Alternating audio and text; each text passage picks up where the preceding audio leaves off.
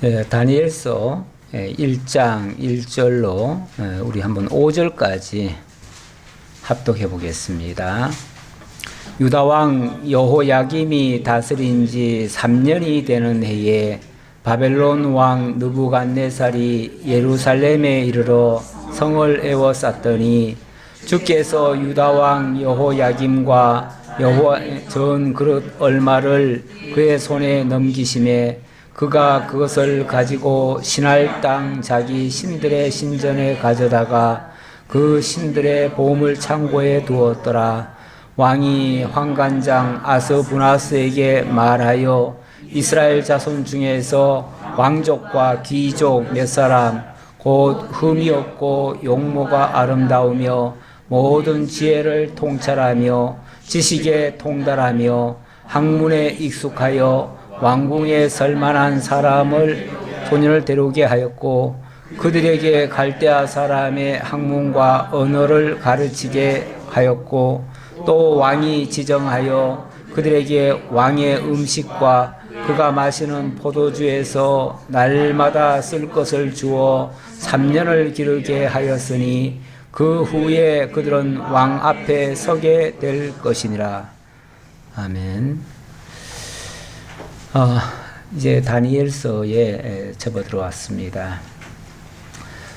이 다니엘이라고 하는 사람은 원래 왕족이죠. 왕족인데 소년 때에 잡혀가게 됩니다. 제1차 포로로 잡혀가는데 유다 왕 여호야김이 다스린 지 3년째 되던 해라 그랬습니다. 3년째 되던 해. 참 이스라엘의 바로 유다 나라는 참 많은 이때가 가장 유다 나라로서는 아주 격변기라고 말씀드릴 수 있겠습니까? 예, 그때에 이 왕족이었던 다니엘이 잡혀가 가지고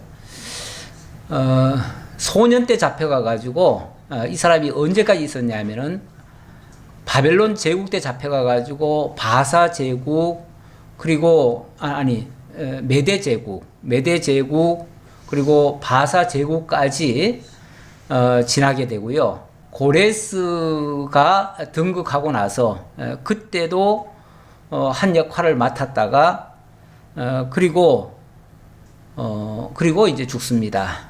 그러니까 이스라엘 땅에서 예레미야로 하여금 예언을 받게 되는데 그 예언을 받고 그리고 그 예언대로 이루어지는 장면을 고스란히 다 본 사람이에요. 고스란히. 그러니까 유대 땅에도 있었고요. 바벨론에 끌려갔고요. 바벨론에서 높은 고위직에 있으면서 또 유다가 세 차례에 걸친 포로로 잡혀오고 마지막에는 유다 왕이 두 눈이 뽑혀가지고 쇠사슬에 묶여가지고 끌려오는 장면까지 다 본 겁니다. 이 정도 되면은 사실 우리 일반적인 생각을 가진 사람들한테는요, 이건 절망 상황입니다. 그렇죠? 본국이 그렇게 무너져 내리고 왕까지 정말 완전히 패망을 당하고 예루살렘 성전이 파괴가 되어지고 이제 무슨 희망이 있겠어요? 무슨 희망이 있겠어요? 완전히 절망이죠. 그 정도 되면 사람들이요 다 내려앉습니다. 주저앉아 버려요. 그런데 이 다니엘은 끝까지 하나님에 대한 그 신뢰를 잃지 않았고요. 자기 본분을 다 지켰고요.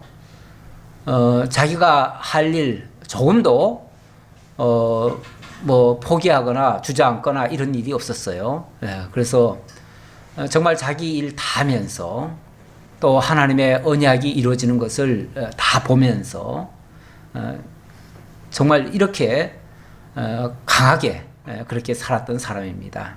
그러니까 어찌 보면 한 개인 다니엘이라고 하는 한 사람의 이야기가 쭉 기록된 것 같아요. 그렇죠? 다니엘이 자기 이야기를 자기가 포로 잡혀왔을 때부터 죽을 때까지 이야기를 지금 하고 있으니까요. 그 기간이 70년이 넘습니다.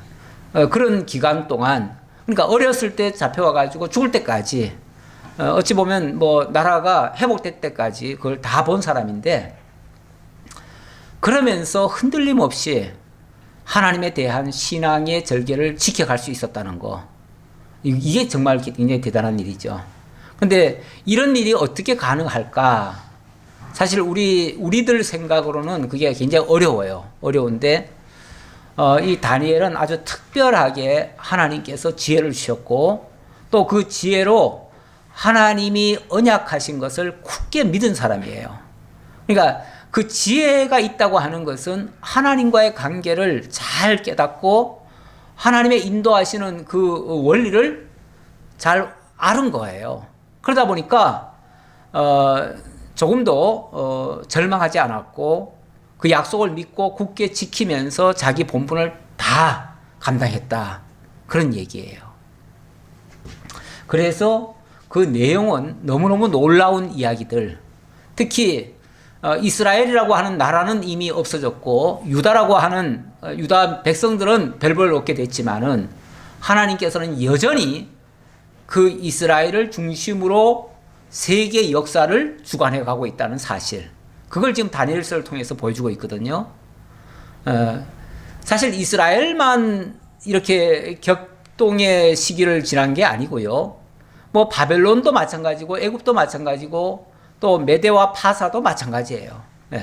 그 나라들도 어찌 보면 크게 하나님께 쓰임은 받았지만 쓰임 받고 나서는 또 하나님께 버림받고 그러다 보니까 그 아픔의 역사를 다 그대로 보이죠.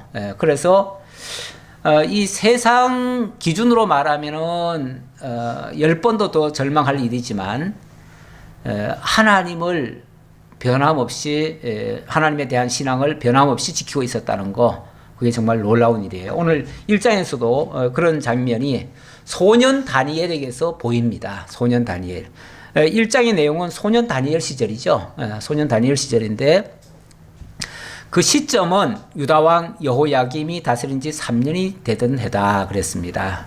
바벨론 왕 느부갓네살이 예루살렘에 이르러 성을 에워쌌더니, 그렇게 얘기하네요. 언약 자손들이 이렇게 패망을 당하게 되는 것은요, 일찍이 하나님께서 모세를 통해서 경고한 그대로 역사가 진행됐습니다. 하나님께서는 너희들이 이제 부요하고 풍요로워지면 하나님을 잊어버리고 하나님을 떠나게 될 것이다, 이렇게 얘기를 했는데, 그렇게 떠날 때는 내가 너희들을 저 먼 나라에 끌려가게 하고 그리고 패망을 당하게 할 것이다. 그리고 그러나 때가 되면 하나님께서 다시 돌이키게 하시겠다. 그래 놓고 예레미야를 통해서는 그 기간이 70년이라고 했어요.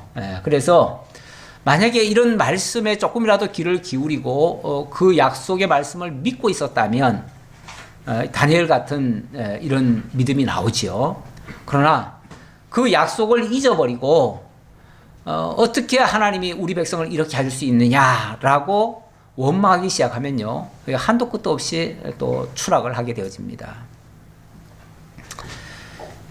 어쨌든 유다가 이렇게 망하게 되는 거, 약 20년에 걸쳐서 세 차례에 걸쳐 포로로 잡혀가고 그리고 마지막에는 예루살렘 성과 성전까지 무너지면서 완전히 유다국은 나라를 잃어버립니다. 이렇게 될 때까지 완전히 망하게 되는데, 여기 느부갓네살이 잡아갔다, 그렇게 얘기를 합니다. 근데 이제 사실은 유다국은요, 원래 이 바벨론하고 관계가 나쁘지 않았어요. 관계 나쁘지 않았고, 히스기야 시절에는 이제 아마 이때로부터 말하자면은 아주 고조 그 이상 정도쯤 되는데, 그때쯤에는 유다와 바벨론이 굉장히 친했어요. 그때는 바벨론이 큰 나라도 아니었고요. 작은 한 나라였는데, 그때는 히스기야하고 얼마나 친했던지, 히스기야가 병이 났다고 하니까 바벨론에서 문병까지 왔어요. 문병까지 와가지고 또 히스기야는 너무 기분이 좋아서 또 내탄고까지 다 보여줬죠. 쉽게 말하면 자기 나라의 가장 중요하고 가장 귀중한 거를 다 보여준 거예요. 물론 그때부터 좀 이 화가 일어나긴 했지만 그만큼 서로 친밀한 친구 같은 나라였다 그 말이에요. 그런 나라가 유다국을 침범할 이유가 있나요? 그리고 현실적으로 바벨론은 그 당시에 굉장히 먼 나라였어요. 아주 뭐 만약에 거기서 여기까지 오려면요 몇 개 나라를 거쳐야만 올 수 있는 나라였어요. 그러니까 서로 사이가 나쁠 리야 나쁠 수가 없어요. 원래 이게 사이가 좋다 나쁘다는요 이 먼 나라일수록 사이가 좋습니다. 먼 나라는 다 사이가 좋고요. 가까운 나라, 이웃하고 있는 나라는 다 원수가 됩니다. 왜 그렇죠? 이웃하고 있는 나라는 늘 뭐 부딪히는 게 많아요. 이해관계가 서로 연결되는 게 많아요.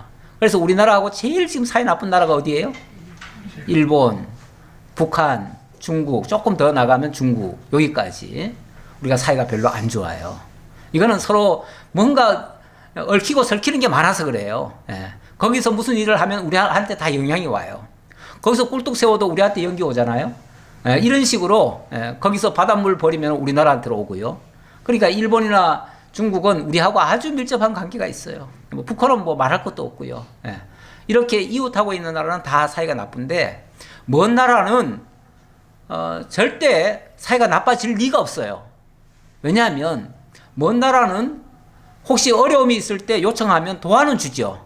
그러나 일부러 치러 오겠어요? 먼 나라에서? 일부러 치러 올 리가 없어요. 그래서 먼 나라에서는 가까워요. 오히려 친해요. 친한데 왜 지금은 느부갓네살이 유다국을 이렇게 괴롭히고 있는가? 이제 가까워진 거예요. 전에는 멀리 있었는데 지금은 가까워진 거예요. 그동안 이 바벨론 제국은 계속 커졌습니다. 커져가지고 이제 이 나라가 커지면요. 사람들도 그래요. 사람들도 처음에 돈 못 벌 때는요. 돈 벌 욕심 안 냅니다. 그런데 어느 정도 돈이 좀 모아지고 좀 자신감이 붙으면요. 그때부터는 어떻게 해서든지 돈을 더 모으려고 목표를 세우고 그 돈을 모으려고 막 그냥 나중에는 부자금까지 일으키면서도 그 일을 하지요. 무리하게도 하지요. 하는데 이 나라들도 마찬가지예요. 원래 약소국들은요 절대 남의 나라 침범하려고 하지 않습니다. 근데 나라가 좀 어느 정도 강대해지면요 그때부터는 재미가 들어요. 이웃 나라 집어삼키면은 다 말 듣거든요. 뺏어오면은 너무너무 좋거든요. 그러니까 그 이웃 나라들 막 집어삼키는 거예요.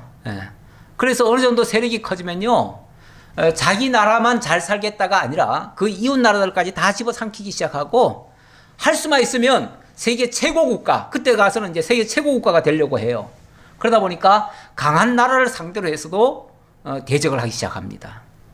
이 바벨론이 점점 커지더니 이 아수르를 집어삼킵니다. 집어삼키고 나니까 거기서 욕심이 머문 게 아니고요. 더 크게 욕심을 내가지고 어디까지 가냐면은 애국까지 넘보는 거예요. 애국까지 넘보기 시작해요. 물론 뭐 표면적으로 보면은 아수르가 바벨론에 침공을 당하고 나니까 망하게 생겼거든요. 망하게 생기니까 이 애굽에다가 손을 내밀었지요. 우리 좀 도와달라고. 만약에 지금 당신들이 우리를 안 도와주면 다음 차례는 당신들이다. 당신들 애국까지도 이제 무너질 수 있으니 이 바벨론이 이제 팽창해 가는 거를 이걸 막아야 된다라고 하는 그런 명분이었죠. 그 명분 때문에 애굽이 쉽게 말하면 그 전쟁에 참여하게 되어집니다. 자, 그러니 바벨론은 아수르를 집어삼키고 그리고 힘을 이제 점점 더 뻗어나가는 중인데 애굽이 올라오는 거예요. 올라와가지고 그 바벨론하고 부딪히는 거예요. 정면으로 제국끼리 이제 부딪히기 시작하는 거예요. 그 부딪히는데 바벨론과 애굽 사이에는 이 팔레스틴 지역, 지금의 이스라엘 땅이 중간에 가로놓여 있잖아요. 쉽게 말하면 길목이에요, 길목. 길목이니까 애굽이 바벨론을 치러 위로 올라가려고 하면 필수적으로 이스라엘 땅을 지나가야 돼요. 지나가야 되고 바벨론도 마찬가지죠. 바벨론도 애굽으로 내려오려고 하면은 유다를 지나가야 돼요. 지나가야 되는데 유다가 이미 북쪽 이스라엘은 아수르에게 넘어갔고 아수르가 지금 바벨론에게 집어삼키니까 결국은 북쪽 이스라엘 땅은 이미 바벨론에게 넘어간 거예요. 넘어갔고 남쪽 유다만 남았거든요. 그리고 이제 유다를 중간에 놓고 북쪽에는 바벨론이 지금 지키고 있고 남쪽에는 애굽이 지금 지키고 있는 거예요. 근데 이 애굽이 이 바벨론을 물리치려고 이제 올라오는 거예요. 요청을 받고 올라와요. 바로 누구가 올라오는데, 올라오면서 유다 왕 요시야한테 길을 비켜달라고 합니다. 길을 비켜달라고 했더니 이 요시야 왕이 사실은 바벨론하고 친하잖아요. 그러니까 길을 안 비켜준 거예요. 안 비켜주니까 바로 누구가 너부터 먼저 치겠다 그러면서 결국은 요시야 왕을 죽여버립니다. 그래서 요시야 왕이 괜히 쓸데없이 거기 참전했다가 갑자기 죽어버려요. 죽으니까 이 바로 느고가 이제 왕이 죽었으니까 거기에 이제 여호아하스라고 하는 왕을 국민들이 뽑아서 세워놨어요. 세워놨는데 백성들이 세운 여호아하스를 폐위시켜버려요. 폐위시키고 자기 말 잘 듣는 여기 여호야김이죠. 여호야김을 갖다가 세운 거예요. 갖다가 세워놓은 거예요.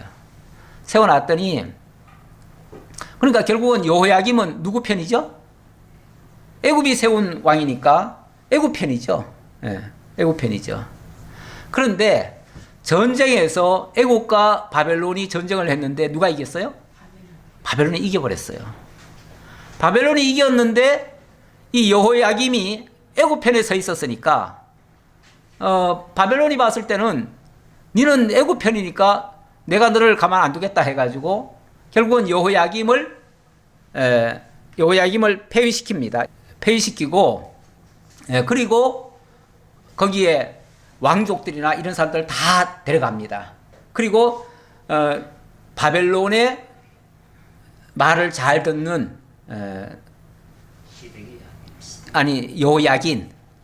여호야긴을 세우죠. 엘리야김인데 엘리야김이 여호야긴이라고 이름을 바꿔가지고 여호야긴을 세웁니다. 그의 아들입니다. 아들인데 그러니까 그 아버지가 왕이었다가 그 아들을 아기 같은 왕을 갖다가 세우니까 아기가 뭘 알겠어요. 아무것도 모르죠. 그런 왕을 세우는 이유는 꼭두가시 삼으려는 거예요. 괴뢰 정부를 심어 놓은 거예요. 그래가지고 바벨론 말만 들으라는 거예요. 들으라고 하는데 그 뒤에 어떻게 되죠? 또 희한해요. 바벨론이 세워놨으면 바벨론 말을 들어야 될 텐데 바벨론 말을 안 들어요. 그러니까 바벨론이 다시 2차 또 공격을 해가지고 그 다음에 이제 세운 사람이 시드기야죠. 그리고 엘리야김은 그 여호야긴이라고 이름을 바꿨는데 여호야긴은 잡아갑니다. 그렇게 이제 두 차례 잡아가고 그 다음에 이제 시드기야를 세웠는데 시드기야가 또 은근히 겉으로는 바벨론 말을 듣는 척하면서 뒤로는 애굽을 의지하는 거예요. 이러니까 나중에 바벨론이 봤을 때 저놈들은 좋게 해줬다가는 나중에 또 반역할지 모른다. 그럼 어떻게 해요? 완전히 짓밟아야죠. 그래서 그 다음에 성을 에워싸고 3년간이나 완전히 골탕을 먹이죠. 그러다가 마침내 성을 헐어버리고 결국은 그렇게 말 안 듣는 시드기야. 그것도 좋게 했으면은 뭐 곱게 아마 했을 텐데 또 무너진 성 틈으로 도망을 가잖아요. 도망가니까 그 도망가는 걸 잡아다가 두 눈을 뽑아버리고 그 자식들을 보는 앞에서 다 죽여버리고 그리고 쇠사슬로 묶어가지고 끌고 가버려요. 완전히 이렇게 해서 결국 그게 한 20년간에 걸쳐서 그런 일이 발생해요. 그런데 이 다니엘은 그 첫 번째로 잡혀간 사람입니다. 왕족이고요. 굉장히 똑똑했던 것 같아요. 그러니까 느부갓네살이 처음에는 어찌 보면은 그 유다 국원 미운데 그래도 유다인들이 굉장히 똑똑하고 뭔가 나중에 잘 기르면 쓸만한 인재가 될 것이다라는 것은 알았던 것 같아요. 그래서 자기들 욕심에 나중에 데려가서 바벨론 학문을 가르치고 뭘 하면은 좋은 인재로 쓸 수도 있을 것이다 라고 생각을 해서 데려간 거예요. 그리고 실제 데려가 가지고는 한 3년 동안 왕궁 학교에다가 바벨론식 교육을 시키고 또 이름도 싹 바꿔줍니다. 바벨론 이름으로. 그래서 벨드사살이라고 이름을 바꿔요. 그래서 다니엘의 이름이 벨드사살이 됩니다. 그런 식으로 이름까지 바꿔가지고 완전히 바벨론 사람을 만들려고 했죠. 했는데 이 다니엘 같은 경우는 그렇게 바벨론화 됩니까? 안 돼요. 안 되고 정말 하나님 앞에서 뭐 그렇다고 사람을 대적하거나 사람한테 뭐 거스리게 한 행동은 없어요. 없지만은 그러나 하나님 앞에서 자기의 중심, 그러니까 지킬 거는 다 지켜줘요. 지켜주면서 하나님과의 관계를 끊지 않는 거죠. 이렇게 그게 굉장히 지혜로운 방법이에요. 예. 우리도 사실 참 일제시대라고 하는 그런 시대를 겪었는데 그때 정말 무모하게 독립운동만 하다가 나중에 비참하게 그렇게 당한 사람들도 많아요. 많은데 그렇다고 독립운동 했다는 게 잘못됐다는 건 아니에요. 그러나 그렇게 싸우는 것도 중요하지만 정말 지혜롭게 때로는 어찌 보면은 우리 예수님의 표현대로 말하자면 뱀처럼 지혜롭고 비둘기같이 순결한 그런 모습을 띠어야 되는데 이게 뭐 쉬운 얘기는 아니에요. 우리 예수님의 말씀이니까 굉장히 쉽게 제가 하지만은 굉장히 어려운 거죠. 어려운 건데 그만큼 정말 지혜와 총명이 탁월해야 그런 상태 되는데 좀 무지막지하게 그렇게 하다가 정말 빛도 못 보고 역할도 제대로 못하고 비참하게 죽어간 예도 상당히 많아요. 그런 거는 꼭 잘했다고만 할 수 없어요. 또 그렇다고 해가지고 그러니까 안 돼 하고서 또 친일하고 또 이런 식으로 한 것도 잘못이죠. 그건 더 잘못이죠. 그러니까 악한 자들 편에 선 것도 잘못이고 또 맹목적으로 정말 계산도 하지 못하고 덤벼들어가지고 망가지는 것도 잘못이에요. 그것도 바람직한 건 아니에요. 왜냐하면 예레미야를 통해서 하나님이 미리 예언을 해줬잖아요. 뭐라고 그랬습니까? 하나님께서 지금 우리를 징계하시려고 한다. 이거는 일찍이 모세를 통해서 약속한 대로 너희들이 범죄했을 때 하나님을 떠났을 때 하나님이 반드시 징계하신다고 했다. 그러니까 하나님이 징계하실 때는 묵묵히 받아라. 그 징계를 받아라. 받는데 그 기간은 70년이다. 이 기간까지 정해줬다는 건요. 이거는 하나님께서 반드시 하신다는 얘기고 좀 참으면 된다는 얘기예요. 결론적으로 얘기하면 좀 참으면 된다는 얘기예요. 그러니까 너희들이 만약에 바벨론에 잡혀가거든 거기서 터잡고 집도 사고 결혼도 하고 거기서 집도 짓고 농사도 짓고 그들과 똑같이 살아라 그냥. 거기 가서 쓸데없이 독립운동 하지 말고 그 얘기예요. 왜냐하면 하나님이 지금 보낸 거니까 하나님이 보냈으니까 70년 동안은 차나 없어도 너희들 못 나온다.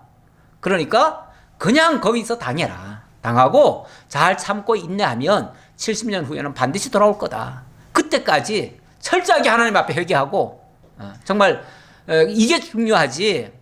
괜히 쓸데없이 독립운동 한다고 이렇게 하다가는 괜히 애군 믿고 뭐 이렇게 하다가는 너희들 더 박살난다. 그러지 말아라. 오히려 그랬거든요.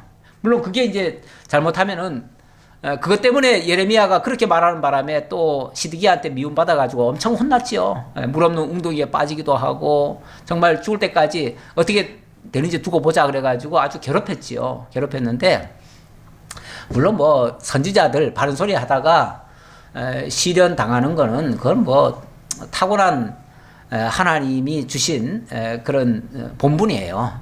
그건 뭐 선지자가 당하는 건 당연한 거고요. 그거 가지고 불행하게 느낄 거는 없고요. 네. 자, 그런 상황이었습니다. 근데 저는 이제 이 이야기를 하면서도 사실은 그 요시야 왕 얘기를 조금만 더 해볼게요. 뭐 역사 얘기인데 요시야 왕 같은 경우는 원래는 선한 왕이었습니까? 악한 왕이었습니까? 굉장히 선한 왕이었어요.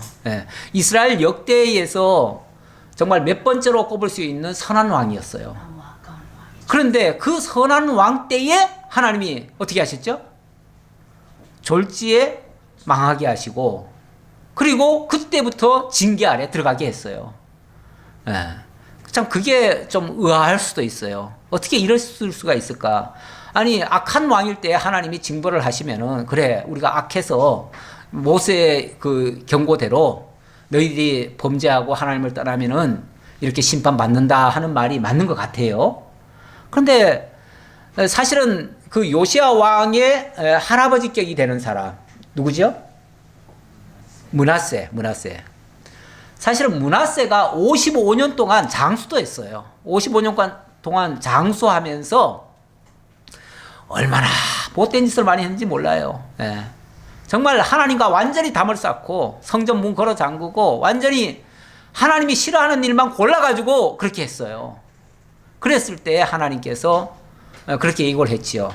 내가 므낫세의 죄로 인하여 너희를 용서치 않겠다. 그러면서 므낫세 때문에 그 나라가 멸망할 것을 예고를 했어요. 그리고 나서 그 다음에 이제 요시야가 굉장히 선하게 돌아섰단 말이에요. 예. 돌아섰으면은 그렇게 말씀하셨더라도 바꿔야 될 거 아니에요. 그런데 변함없이 므낫세 때 하나님이 경고한 그대로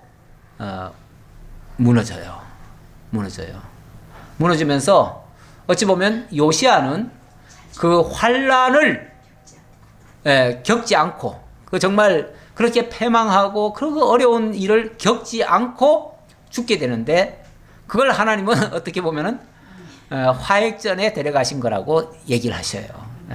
그러니까 요시야는 어찌 보면 행복하게 죽었다는 거예요. 행복하게 하나님 앞에 선한 일만 하다가 갑자기 졸지에 죽은 거죠. 졸지에, 그렇죠? 졸지에 죽었는데, 백성들 입장에서는 굉장히 안타까운 일인데, 하나님께서는 어차피 백성들은 지금 징계 아래 들어가게 됐고, 징계 받으면서 피해야 될 요시야는 하나님께서 거두신 거예요. 그렇게 해석을 하셔야 됩니다. 이해를 하셔야 됩니다. 우리 일반 상식하고는 약간 우리가 다를 수가 있어요. 왜냐하면 우리는 내가 잘하면 내가 복 받고, 내가 잘못하면 내가 벌 받고 이래야 될 것 같은데, 그게 아니고 그 다음 때가, 쉽게 말하면 므낫세가 죄를 지었는데 그 다음 때에서 지금 징계를 당한 거 아니겠어요? 그런 모습이에요. 2절 봅시다. 2절. 죽기에서 유다왕 여호야긴과 여호와의 전 그릇 얼마를 그의 손에 넘기심에 그가 그것을 가지고 신할 땅 자기 신들의 신전에 가져다가 그 신들의 보물 창고에 두었더라. 근데 이렇게 유다국이 망하도록 하나님께서 누가 했다고 그래요? 느부갓네살이 했다고 그래요? 하나님이 그랬다고 그래요? 예. 주께서 그렇게 얘기하네요. 주어가 주께서예요. 예. 그러니까 하나님이 유다왕 여호야긴과 여호와의 전 그릇 얼마를 그의 손에 넘기심에, 다시 말하면 느부갓네살이 주어가 아니고요, 하나님이 느부갓네살에게 여호야김과 그의 그 어떤 보물들을 넘기셨대. 그러니까 하나님이 넘겨주신 거예요. 저 느부갓네살이 얼마나 포악하게 우리를 못 살게 굴고 우리 거 다 지금으로 말하면 문화재를 다 뺏어간 거 아니에요? 성전 기명들 다 뺏어간 거 아니에요? 정말 나쁜 놈이라고 이렇게 말할 수 있는데, 사실은 하나님이 내주신 거래요. 내주신 거래요. 여러분, 성전이 참 귀하게 지음 받았지요.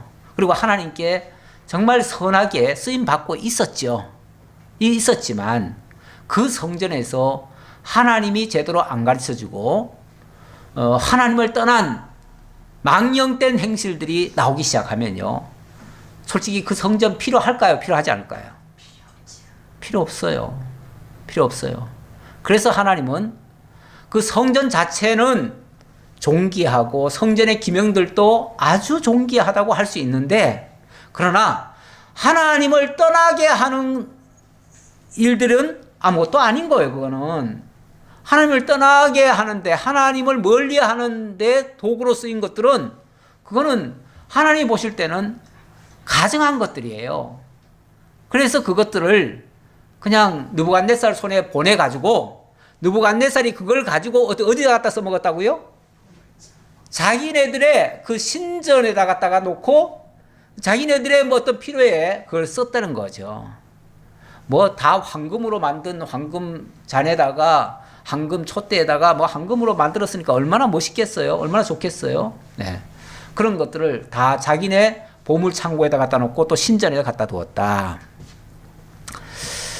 왕이 환관장 아스부나스에게 말하여 이스라엘 자손 중에서 왕족과 귀족 몇 사람 곧 흠이 없고 용모가 아름다우며 모든 지혜를 통찰하며 지식에 통달하며 학문에 익숙하여 왕궁에 설만한 소년을 데려오게 하였고 그들에게 갈대아 사람의 학문과 언어를 가르치게 하였고 여기에 합격한 사람이 누구예요?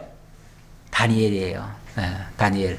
다니엘은 왕족으로서 거기서 선택된 사람이었어요. 느부갓네살의 눈에 띈 사람이에요. 띄어가지고 저 사람은 좀 쓸만하다. 쟤는 좀 쓸만한 앤데 내가 데려가서 한번 잘 길러볼까? 이렇게 이제 욕심이 나도록 만든 거예요. 뭐 느부갓네살이야 당연히 자기 욕심대로 자기 욕심 채우려고 하는 거죠. 자기한테 뭔가 유리한 일이 나중에 있을까? 굉장히 똑똑한 사람, 유다 사람들의 그 지혜와 명성에 대해서는 아마 이 느부갓네살도 일찍이 알았던 것 같아요. 옛날부터 솔로몬이 정말 지혜로웠고요. 그 유다가 정말 또 대단했고요. 유다가 그 다윗이 대단했고요. 그래가지고 아마 그런 것에 대한 좋은 소문도 가지고 있었고, 그래서 좋은 관계를 유지했었던 것 같아요. 그랬는데, 그래서 유다가 한 일은, 그 왕이 한 일은 미워서 그 나라를 침공했지만, 아마 그 백성 중에는 쓸만한 사람들이 있다라고 생각을 했던 것 같아요. 그래서 데려갔는데, 알고 보면 이것도 하나님께서 징계 가운데서 유다민을 보호하시려는 특별한 은혜의 섭리였어요. 우리 하나님께서 이 사대 선지서들을 보면서 쭉 그 내용들을 보면 하나님이 때리시면서도 싸매시는 역사를 하시죠. 그리고 뽑으시면서도 다시 또 심으시는 이런 역사를 하십니다. 그래서 꺼져가는 등불도 마저 끄지 아니하시고 상한 갈대라도 마저 꺾지 않으시는 이런 은혜와 보호의 섭리를 하십니다. 이게 이제 병행하는 거예요. 그러니까 징계만 하시는 게 아니라 징계 속에서 하나님의 보호하심의 역사도 함께 있다 그 말이에요. 그러다 보니까 자, 지금은 분명히 징계 가운데 있는 겁니다. 징계 가운데 있는데 징계 속에서도 하나님은 그 뿌리까지 완전히 제거는 안 하시고 그 왕족 중에서 일부지만은 뽑아가지고 자기 사람 쓰겠다고 교육을 시키는 거죠. 이게 이제 하나님의 보호하심의 섭리예요. 그래서 우리 하나님이 정말 꺼져가는 등불이지만 마저 끄지는 않았다. 그러면서 하나님이 그래도 그 뿌리는 지금 붙들고 계시고 그 중에서 지금 다니엘을 쓰시도록 하셨다 그 말입니다. 그러니까 이거는 인간은 뭐 다 자기들 욕심대로 하지만 하나님은 그 인간의 욕심까지도 이용하셔서 당신의 선한 뜻을 이루는 데 활용하신다. 그렇게 보실 수 있겠습니다. 또 왕이 지정하여 그들에게 왕의 음식과 그가 마시는 포도주에서 날마다 쓸 것을 주어 3년을 기르게 하였으니 그 후에 그들은 왕 앞에 서게 될 것이더라. 이 3년이라고 하는 거, 이 3년 동안 교육시키면은 웬만큼 사람이 개조가 될 수 있는가 봐요. 아마 그 정도면은 대체적으로 그렇지 않겠는가 생각이 드는데 우리 신학교도 원래 신학원 과정이 3년입니다. 신학교 과정은 4년이고 신학원 과정은 3년인데 그래서 보통 3년 하고 나면은 이제 목사로 인정을 해줘요. 목사가 될 수 있는, 목사 시험 볼 수 있는 그런 어떤 자격을 줍니다. 그래서 보는데 한 3년쯤 배우면은 이제 어느 정도는 바뀐다라고 생각을 하는 것 같아요. 그런데 이 다니엘도 그렇게 선정이 돼가지고 왕이 선정해가지고 왕의 음식과 마시는 포도주까지 다 제공했다. 여기 마시는 포도주라는 거는 그 당시 어딥니까 이스라엘도 그랬고요. 그 중동 지역은 포도주가 아니에요. 사실은 포도주가 아니고 음료수처럼 마시는 포도주스 같은 그런 거예요. 그런 건데 거기는 이제 포도주라고 하는 게 뭐 사실은 포도즙을 짜놔도 얼마 후면은 발효돼 가지고 포도주가 돼버리죠. 그거는 그 약간의 농도 차이지. 결국은 뭐 포도주나 포도즙이나 그래서 경우에 따라서는 같이 도 써요. 근데 이거는 일부러 즐기기 위한 술이 아니라 음료 계열이다 이렇게 생각하시면 되겠습니다. 그래서 포도주 자체를 뭐 먹는 걸 가지고 성경이 금하고 있다 이렇게까지는 얘기할 거는 아닙니다. 자, 어쨌든 이 포도주와 그러니까 왕의 음식과 그가 마시는 포도주에서 날마다 쓸 것을 주었다. 3년을 기르게 하였으니 그 후에 그들은 왕 앞에 서게 될 것이더라. 이제 왕 앞에 세우려고, 그러니까 왕이 쓰려고 그 말이죠. 왕이 쓰려고 그렇게 기르게 했다. 그들 가운데는 유다 자손 곧 다니엘과 하나냐와 미사엘과 아사랴가 있었더니 환관장이 그들의 이름을 고쳐 다니엘은 벨드사살이라 하고 하나냐는 사드락이라 하고 미사엘은 메삭이라 하고 아사랴는 아벳누고라 하였더라. 이렇게 이름을 다 바꿨어요. 옛날에 우리나라도 일제시대 때 창씨개명이라는 걸 해가지고 우리나라 이름이 다 바뀌었었어요. 바뀌었는데 사실 이름을 바꾼다고 하는 거는요, 단순히 이름만 바뀌는 게 아니라 그들의 문화를 제거하고요, 그 사상을 바꾸는 겁니다. 그래서 우리가 그 언어를 무엇을 쓰느냐, 이름을 어떻게 쓰느냐는 그 사람의 그 어떤 그 모든 것을 사실은 또 확인할 수도 있어요. 확인할 수도 있는데, 이 다니엘 같은 경우는 뭐 새 친구 이름도 나옵니다. 이름은 다 바뀌었어요. 다 바뀌었지만 다니엘은 이 본서를 끝까지 쓸 동안, 물론 남들이야 다 벨드사살 그랬겠죠. 그렇지만 자기는 자기를 밝힐 때는 항상 다니엘이라고 밝힙니다. 그래서 자기는 절대로 안 바뀐다. 나는 절대 내 이름을 안 바꾼다. 뭐 이런 식이죠. 그러면서 자기의 정체성을 계속 유지하고 있었어요. 뭐 친구들은 나중에 친구들 이름은 다 바꿔서 부릅니다. 다니엘도 친구들 이름은 다 바꿔서 불러요. 어찌 보면 이름이 바뀌어서 그쪽으로 불려진다고 하는 것은 그쪽화가 됐다는 얘기일 수도 있어요. 그런데 어쩌면 뭐 친구들도 사실은 그 신앙을 많이 지켜요. 나중에 보면은 친구들도 그 어려움 속에서 시험 받을 때에 정말 신앙을 지키는 모습이 나오긴 합니다. 자, 그 정도로 이해하시고요. 그만큼 이 다니엘이 자기의 신앙을 굳게 지켰다는 걸 강조합니다. 자, 그렇게 하는 거기에 이런 모습이 나옵니다. 8절에 보니까 다니엘은 뜻을 정하여 왕의 음식과 그가 마시는 포도주로 자기를 더럽히지 아니하리라 하고 자기를 더럽히지 아니하도록 환관장에게 구하니 하나님이 다니엘로 하여금 환관장에게 은혜와 긍휼을 얻게 하신지라. 사실 뭐 우리가 오늘날 정말 이 자유로운 나라에서 무엇이든지 누구한테 제약 안 받고 내가 결심하고 내가 뭘 하겠다. 지금은 참 쉬운 시절이죠.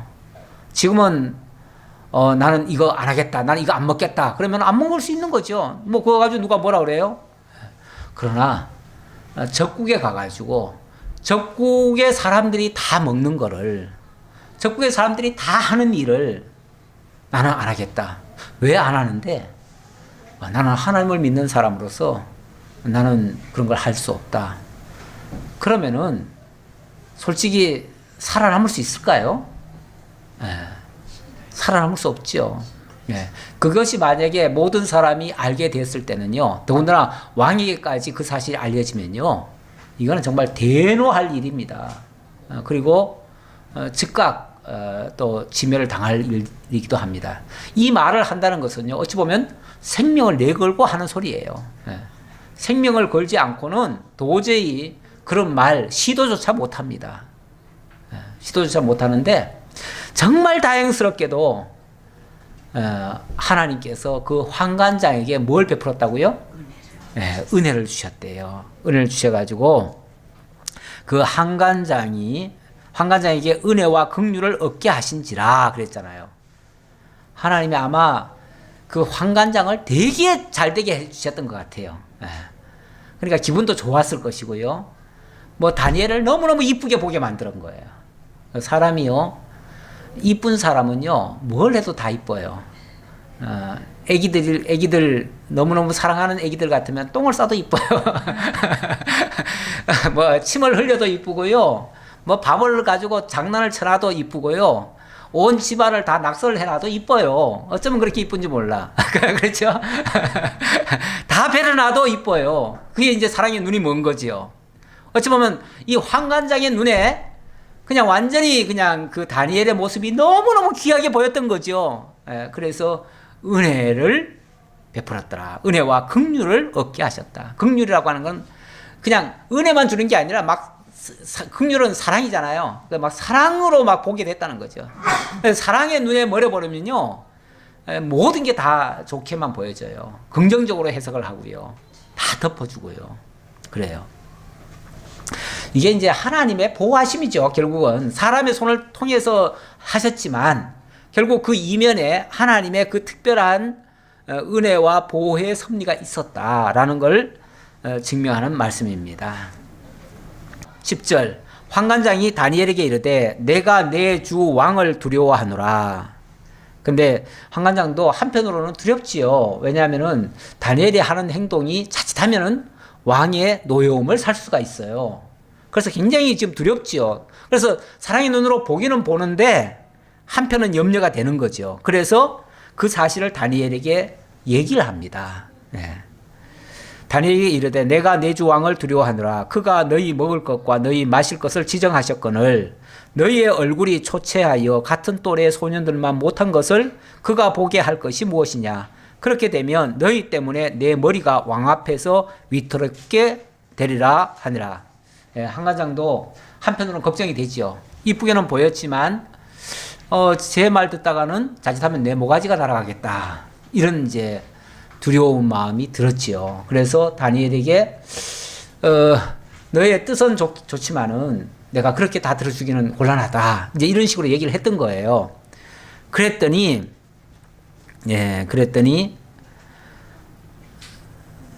환관장이 다니엘과 하나냐와 미사엘과 아세라를 감독하게 한 자에게 다니엘이 말하되 청하오니 당신의 종들을 열흘 동안 시험하여 채식을 주어 먹게 하고 물을 주어 마시게 한 후에 당신 앞에서 우리의 얼굴과 왕의 음식을 먹는 소년들의 얼굴을 비교하여 보아서 당신이 보는 대로 종들에게 행하소서 하매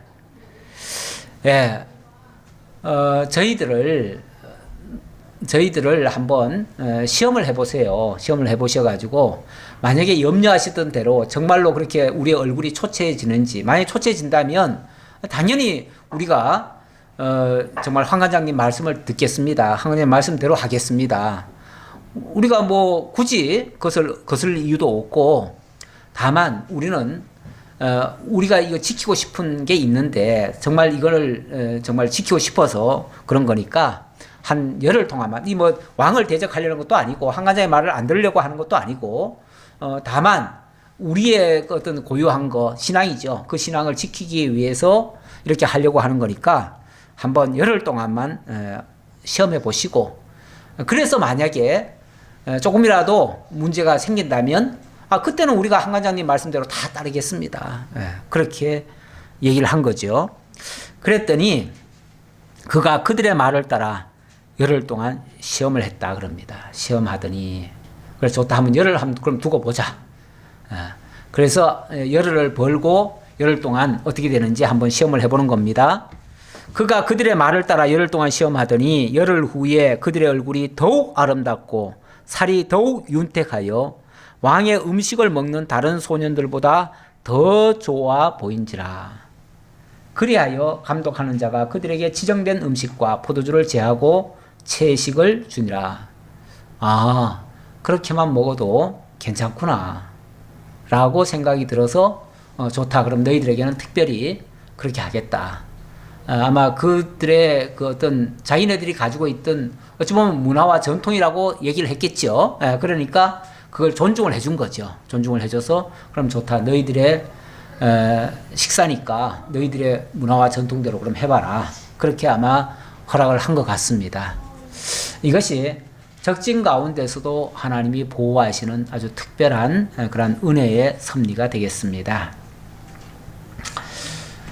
예, 오늘은 여기까지 보도록 하겠습니다. 우리 하나님,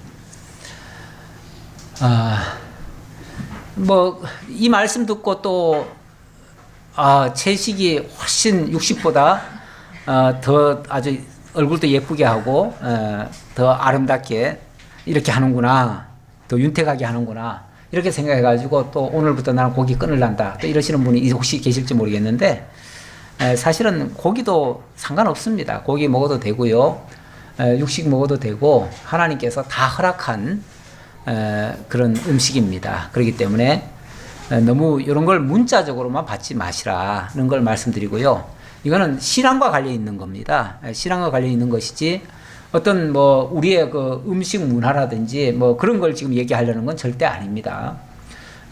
이 다니엘이 하나님 앞에서 어떻게 세워지는 사람인가를 지금 증명하기 위해서 이런 절차가 있었다는 것을 설명하는 말씀입니다. 기도하겠습니다. 아버지 하나님 감사합니다. 우리들에게 오늘 다니엘의 소년 시절 이야기를 살펴보았습니다. 역사적 배경 속에서 이스라엘 백성들은 마땅히 하나님의 진노의 대상이 되어야 하지만 우리 하나님께서는 언약하신 대로 나중에 다시 회복하시려고 그 과정에서 언약 자손들을 보호하시는 이러한 은혜 섭리를 하셨습니다. 아버지 하나님, 우리가 하나님의 뜻을 바르게 안다면 어떤 상황에서도 두려워하지 않고 염려하지 않고 걱정하지 않고 강하고 담대하게 믿음을 쫓아 생활할 수 있을 줄 믿습니다. 우리의 삶 속에서도 하나님의 살아계심을 인정하고 하나님의 뜻을 받들어 살아가는 저희가 될지언정 우리들 생각으로 또 하나님의 뜻을 잊어버리고 행동하는 어리석고 망령된 행실이 나오지 않도록 주님께서 늘 인도해 주옵소서. 언제라도 하나님의 인도하심을 기억하고 하나님의 뜻을 따라 살아가는 참으로 다니엘처럼 지혜롭고 총명한 사람들 다 될 수 있도록 함께 해 주옵소서. 감사드렸고 예수님의 이름으로 기도하옵나이다. 아멘.